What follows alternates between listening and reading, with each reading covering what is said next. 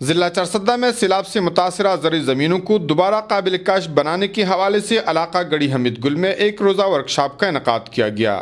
Workshop فلاحی تنظیم سہارا ڈیولپمنٹ فاؤنڈیشن کے زیر اہتمام اور Pakistan institute of labour education and research کے تعاون سے منعقد کیا گیا، جس میں دونوں تنظیموں کے ذمہ دار حکام سمیت ڈسٹرکٹ بار چارسدہ کے وکلاء اور دیگر شعبہ ہائے زندگی سے تعلق رکھنے والے افراد نے شرکت کی۔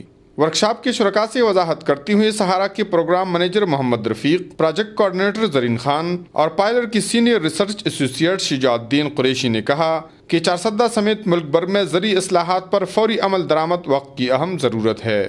انہوں نے سیلاب سے متاثرہ زرعی زمینوں کو دوبارہ قابل کاشت بنانے پر زور دیتے ہوئے شرکاء کو اپنی سرگرمیوں سے تفصیلاً آگاہ کیا۔ شرکاء نے بحث میں حصہ لیتے ہوئے افسوس کا اظہار کیا کہ بعض بااثر لوگوں نے دریاؤں کے کنارے سرکاری زمینوں پر ناجائز قبضہ جما کر دریاؤں کو نہروں میں تبدیل کر رکھا ہے، جو ممکنہ سیلاب میں بڑے تباہی کا باعث بن سکتی ہے۔ اس موقع پر 18 رکنی کمیٹی تشکیل دی گئی جو ورکشاپ کی سفارشات کو صوبائی اسمبلی میں پیش کرنے کے لیے ممبران اسمبلی سے رابطہ کریں گے۔